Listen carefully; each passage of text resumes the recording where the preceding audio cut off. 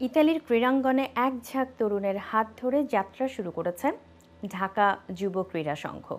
শুরুতেই তারা আয়োজন করেছে ফুটবল টুর্নামেন্ট। বিস্তারিত থাকছে রিপোর্টে। ইতালিতে একটি সুস্থ ধারার সমাজ গঠনে ঢাকা যুব ক্রীড়া সংস্থা আত্মপ্রকাশ করেছে। এর মধ্যে তারা তাদের কার্যক্রমও শুরু করেছে। ক্রীড়া জগতের এবারের আয়োজন ছিল ফুটবল টুর্নামেন্ট। রাজধানী রোম সহ বিভিন্ন অঞ্চল থেকে মোট ১৬টি দল এবার অংশগ্রহণ করে। শেষ হলো ফাইনাল। বিডি রোমা বন্দরনগরী নাপোলি স্পোর্টিং ক্লাবকে হারিয়ে কাপ জিতে নেয়। এ সময় প্রধান অতিথি হিসেবে উপস্থিত ছিলেন বাংলাদেশ ক্রীড়া সংস্থার সভাপতি হাজী মোহাম্মদ জসিমউদ্দিন। বিশেষ অতিথি ছিলেন মোশাররফ হোসেন ফারুক, রইসউদ্দিন রাকিব, মোহাম্মদ আলী ভূঁইয়া, কামরুল হাসান উদ্দিন, শিকদার সজল, তাহের রহমান, ইমরান হোসেন, কামরুল হাসান উদ্দিন। অতিথিরা এই যুবকদের প্রতি সন্তোষ প্রকাশ করেন।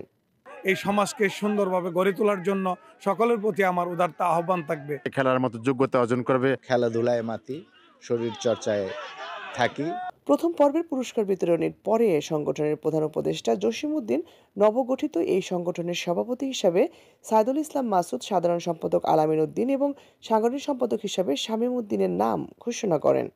আয়োজকদের চাওয়া মাদকমুক্ত যুব সমাজ, দেশীয় খেলাধুলা প্রবাসী মাটিতে চর্চা এবং আগামী প্রজন্মের কাছে রাখতে চান একটি উদাহরণের বাংলাদেশ। ইতালির মধ্যে বাঙালিদের কোনো মাঠ আমাদের জন্য নাই।